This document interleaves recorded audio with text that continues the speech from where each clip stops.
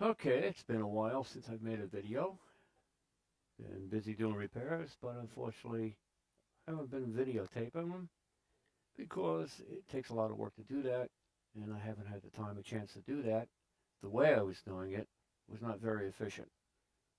So anyway, today a customer dropped me off a actuator for a 1990 Infinity Q45. Said that it was stuck in cold mode, would not activate to turn on the heat. So I've already taken the bracket right over here, bracket off the unit, and the screws are out, as you can see here. And I've started to take the unit very carefully apart, open it up and see what we have inside. There's not very much information online for this part. It is obsolete, which is why I've been asked to try and see if I can restore it. So I'm not sure what I have here, but we'll take it apart and take a look and see what we have. So I have taken pictures of the unit when I first got it. Take more pictures right now to make sure that everything goes back in the way it is supposed to go back. And hopefully we can figure out why it's not working. My guess is obviously it's something electrical, but we'll have to see if that's the case. It definitely doesn't look right now as to be mechanical because I don't see any missing teeth in the case or physically on the gears themselves. So I think the gears are in pretty good shape. Toothing looks pretty good all the way around, including the worm gear. I don't know if the motor is bad. Maybe there's bad contacts underneath. I believe this gets a feedback from a sensor which tells us how to move one way or the other. So I guess it's time to get started and take it apart.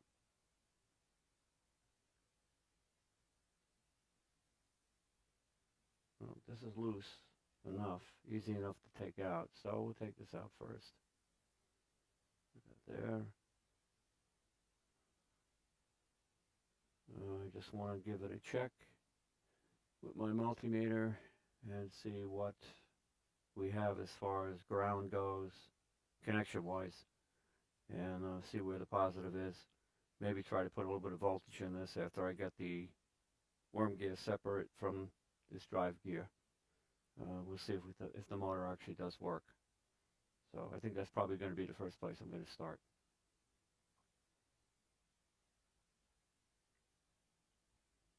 So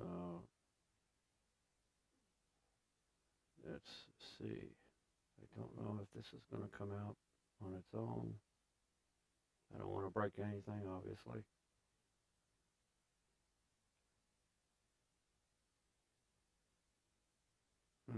It's pretty tight.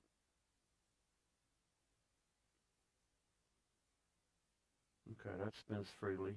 There's the lever. Make sure that goes back in the right spot. I'm going to put it back together again. Alright, so the drive gear is isolated from the other gears.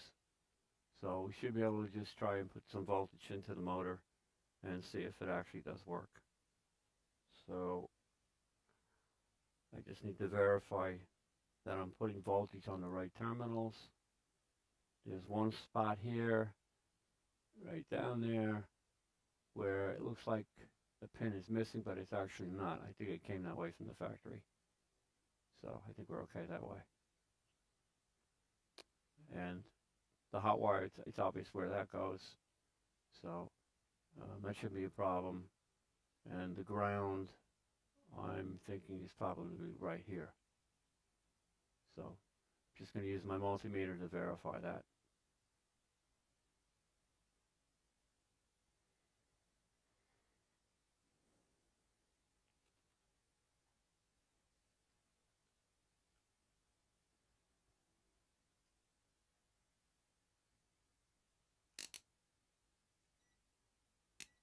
Let's go in continuity mode.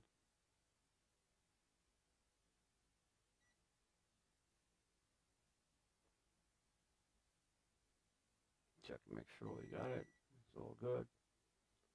All right, make sure we got a connection on the hot. That's a positive.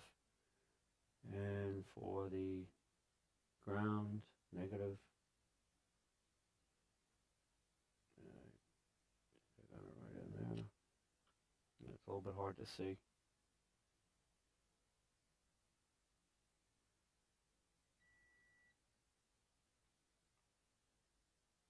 Okay. Oops.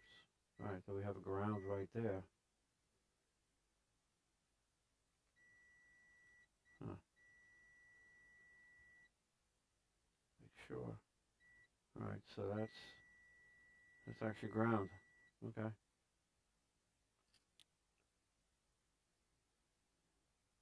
Good to know.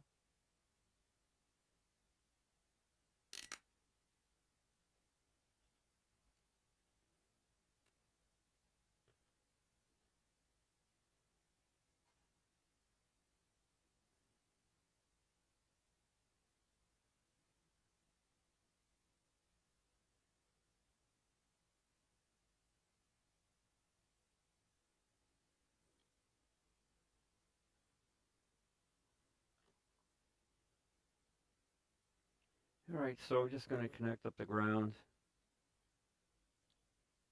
Oops. And then I've got my power supply set just to 6 volts, which is half of what it should be, just because I want to test the motor without causing a problem, because I don't know what to expect. So we'll turn the power supply on, and I'll put a little voltage in there and see what happens. We got nothing. Nothing at all. It's possible something on the board. I don't know. I haven't taken the board out yet. We didn't get that far. But I just want to make sure that the motor is actually going to work. So let me see if I can get directly onto the motor and see if we can.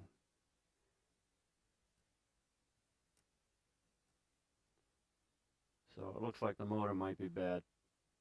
Could be bad brushes because I'm not getting any kind of reaction from the motor itself. Yeah, that's not good. So it looks like the motor has failed.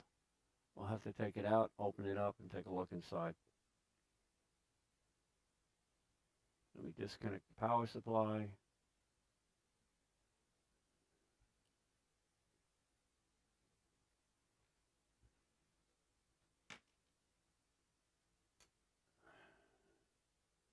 And now we have to figure out how to remove the motor. I don't think it's screwed in. Doesn't look like it. No. Not quite sure how it comes apart. Doesn't come with any instructions, directions. There's nothing online to show you schematic-wise as far as how to take this apart. So I will have to take a few minutes off camera and see if I can determine how to take it out carefully.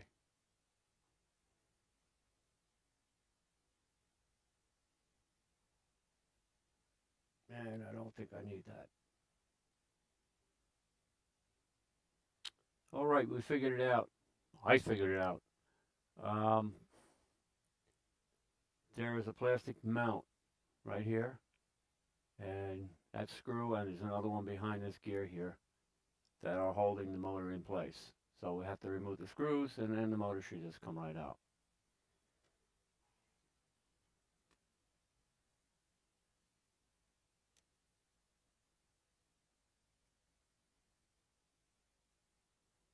And if the motor is bad, yeah, good luck trying to find a replacement.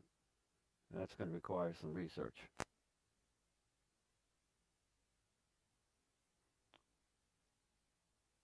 And for what it's worth, I just got these tweezers. Pretty cool looking, right? Yeah, I'll put a link down below where you can get them. You can get them on AliExpress. They're only like $5.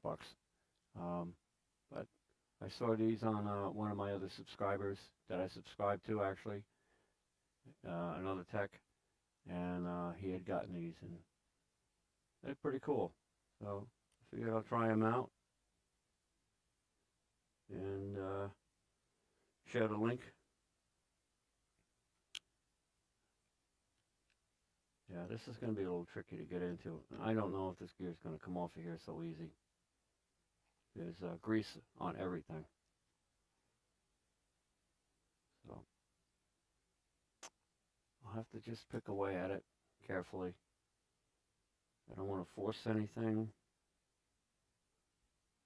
That guy goes over there. Right. So what should we do? I don't really know how this gear is held in there. It's not coming up so easy. Oops. Spoke too soon. There it is. It's out. Again, a lot of grease. It's almost like the thermal paste kind of stuff, except it's not thermal paste, it's white grease. So that seems to have held up well.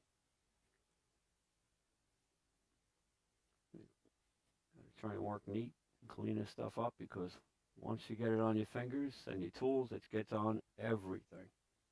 You'll be leaving a trail all over the place. Okay, so now I have access to the other screw. You can see that in there, right? Yeah. Let's try and take it out. There it is. Okay. Now that's out. Let's take a look at this motor. I don't even know how that worm gear is on there. I don't know if it's pressed on. It's even possible to replace this. I have no idea. It's a 12-volt motor. That's the easy part. But I'll have to try and search by part number if there's a number on the motor. Yeah, there is. And see if we can find something to replace it. I did look for the activator itself. The unit's been discontinued, and again, that's that. Excuse me. That's why I was asked to see if I could rebuild it, because it cannot be replaced. So my guess is that obviously the motor doesn't want to work. So I'm going to desolder the connections, and then I'm going to go online and see if I can find a replacement motor. I just want to mark these connections so I put it back the way it's supposed to go back. So let me get out the old red Sharpie. Mark the hot. That's actually marked already. My bad. See it? There's the red dot right there. That was already on there. So somebody was thinking ahead too. Save me from having to do more work than I already have to.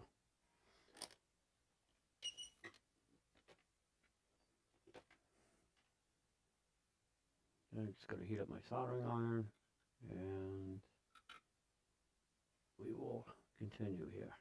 Give me 1 second. Fire that up.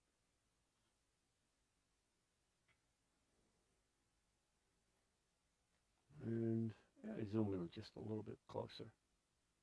See what's going on here.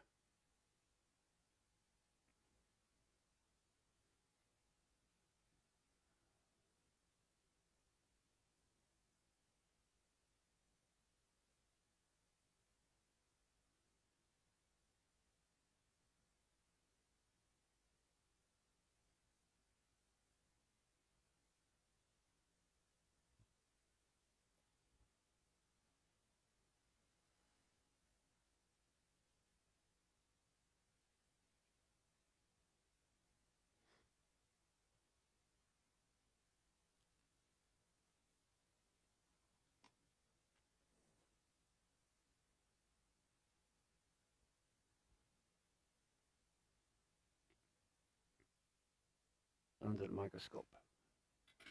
my eyes aren't the greatest, not like they used to be. So let me try, see if we can go under the microscope. Make quick work of this.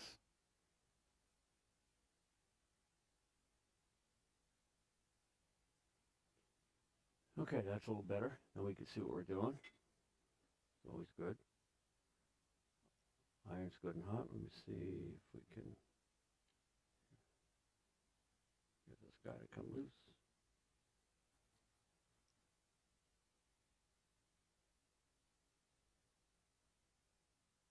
And that's off. Next.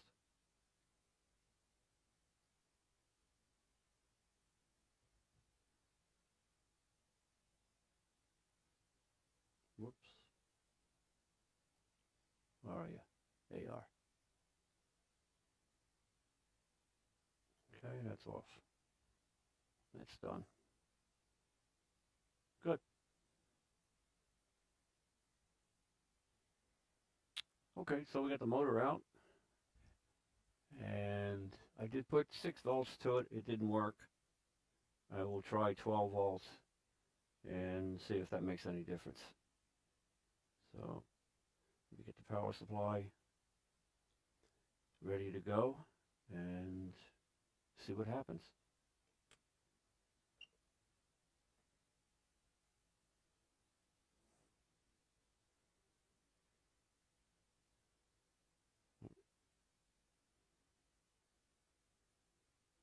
It's ground, and very carefully put this positive so that it doesn't ground out. And I have 12 volts. 1, 2, 3.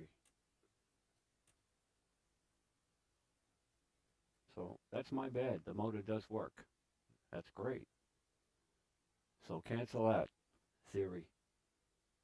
It does work. I'm happy for that. Well, at least we know that much. Put that off to the side and continue trying to diagnose what's wrong with this. My next guess is because there's contacts under this gear that allow this to rotate based on the feedback. I think maybe those contacts might either be worn or just need to be adjusted so that they make contact again, because they're probably not, and we'll have to check that with the multimeter.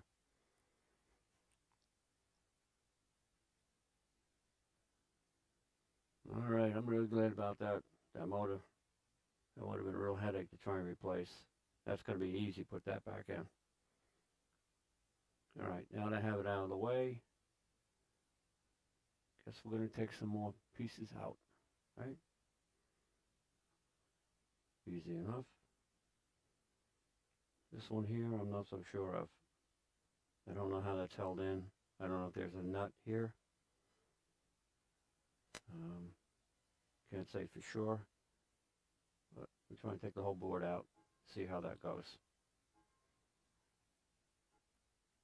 Well, actually, I'm not going to be able to get the board out because this is all connected. I don't know if there's a set screw on that. It doesn't look like it.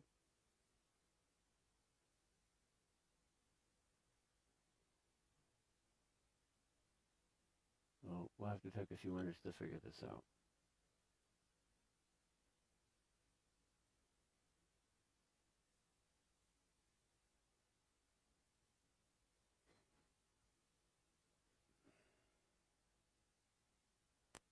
All right, so just a quick glance under the microscope. We're taking a look at the contacts, and they look like they're all in pretty good shape.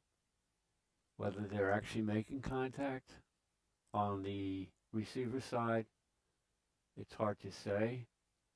Until I get this gear off, I really don't know what's going on contact-wise. I'll have to check with the multimeter. I don't know if I can reach under the gear and do it. And I don't know how this gear is actually held on. I hope it's not pressed on. But I believe there's a very thin, well, not very thin. I know the shaft on the motor is fairly thin. You can see it in there. So I'm wondering if there is maybe some threads on the end of it, and that's just a threaded on cap. I'll have to experiment carefully and see if that's the case. But anyway, I just wanted to show you there's what we're looking for underneath there. That may be the culprit. Possibly something on the underside of the board as well, blue. I don't know until I take the board out and look at it. So that'll be on the list.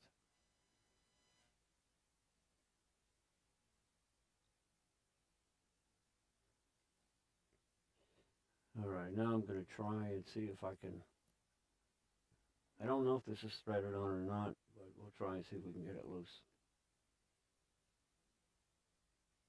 Because I can't get the circuit board out of here until I get this gear off. So I have a pair of small channel locks. Not sure which way it should be turned.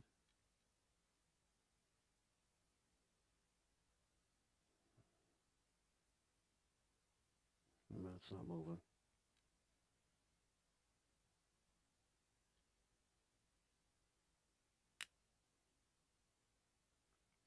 Either way,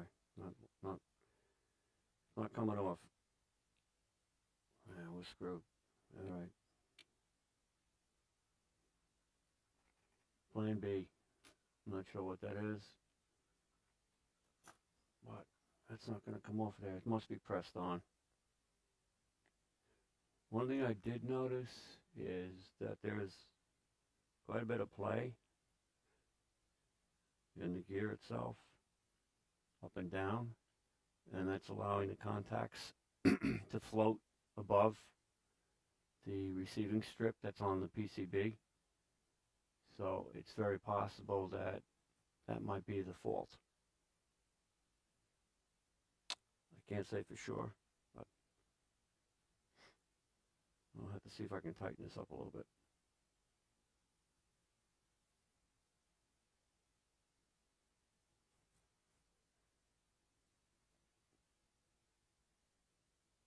Okay, so I've been playing around with this a little bit.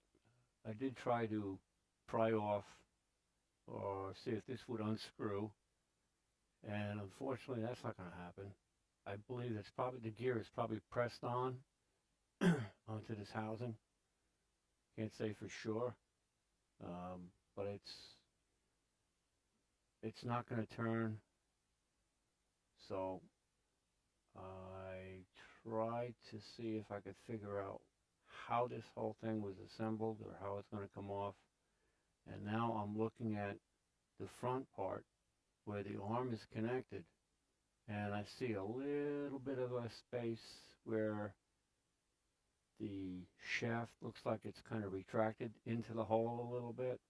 And then when I looked here, this has some play in and out, and I'm wondering if that came from me trying to loosen this up,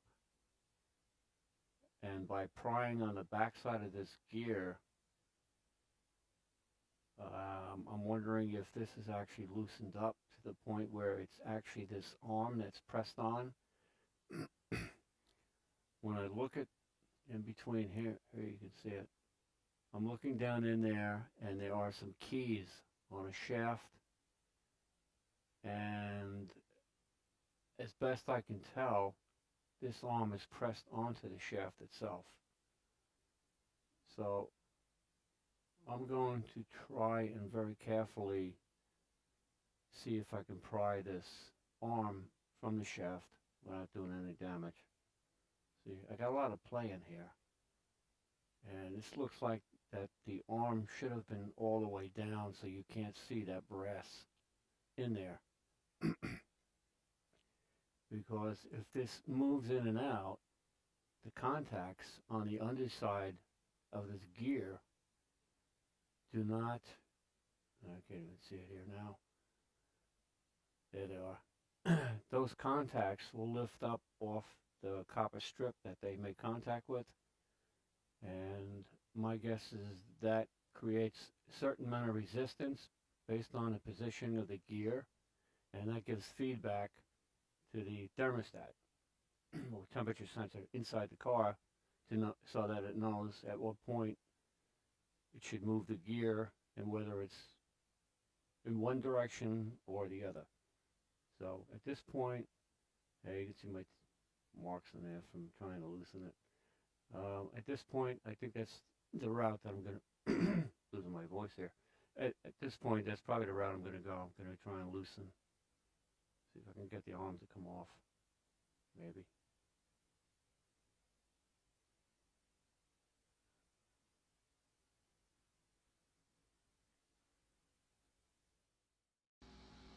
Okay, so unfortunately, what I had done off camera by accident, I thought the camera was on, but it wasn't. I had to manipulate the prongs underneath. Kind of tried to lift up on them, and at the same with a spudger. At the same time, use another spudger to kind of put a little more tension in them. And initially, what I was trying to do is maximize the amount of gap that I could to get as much room to manipulate those prongs down, just to create enough gap to really bend them far enough to create some downward pressure on that once everything was put back together. I put it into a vise and squeezed everything down so it was nice and tight to eliminate the gap. And I believe that the gap that was in the arm was there from my attempts to try and pry the gear off. It was very tight to try and compress it again, and that way, the only way I could do it was with the vise. And here you can see that the pins are now making good contact. The gap you can see here is gone, and the brass is now flush with the top of the arm. And again, the fingers were making good contact with the copper strip. This whole thing acts like a variable resistor, and I guess what it's doing is giving feedback to a sensor inside the car, so it knows exactly what position the actuator is actually in. So once I had that all figured out, I decided it was time to put everything back together again and hope for the best. I really didn't have any way of testing this.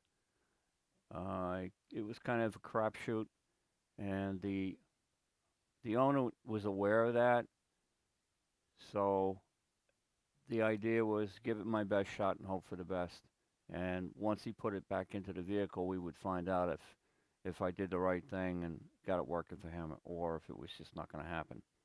Unfortunately, this unit, this blend door activator, whatever you want to call it, they're not available. There aren't any out there. The owner did an extensive research online for it, as well as I did, and they just aren't available. So this is basically do or die, and a little bit of pressure to try and get it working, and hoping for the best. So here I'm just going to put everything back together again, and we'll see what happens.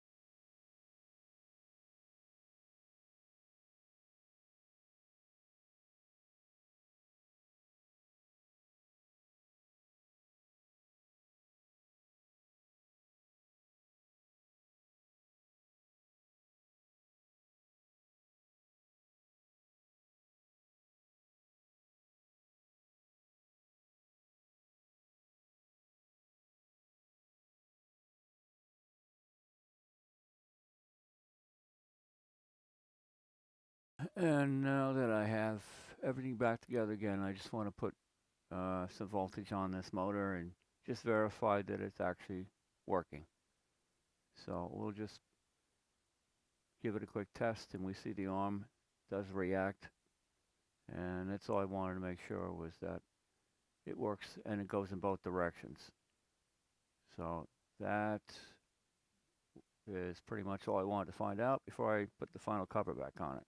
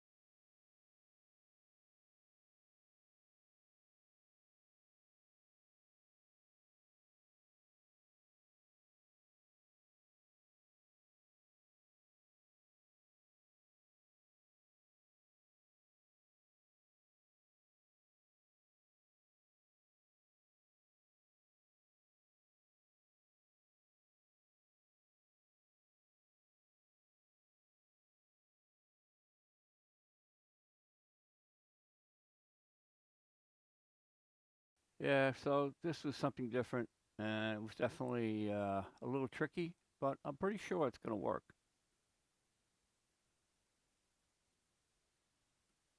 I had asked this guy a couple of times to please give me a referral on Google if it does work, but it didn't happen, and that's a lot of my jobs. That's the way they usually end up going. I mean, all I can do is ask, right?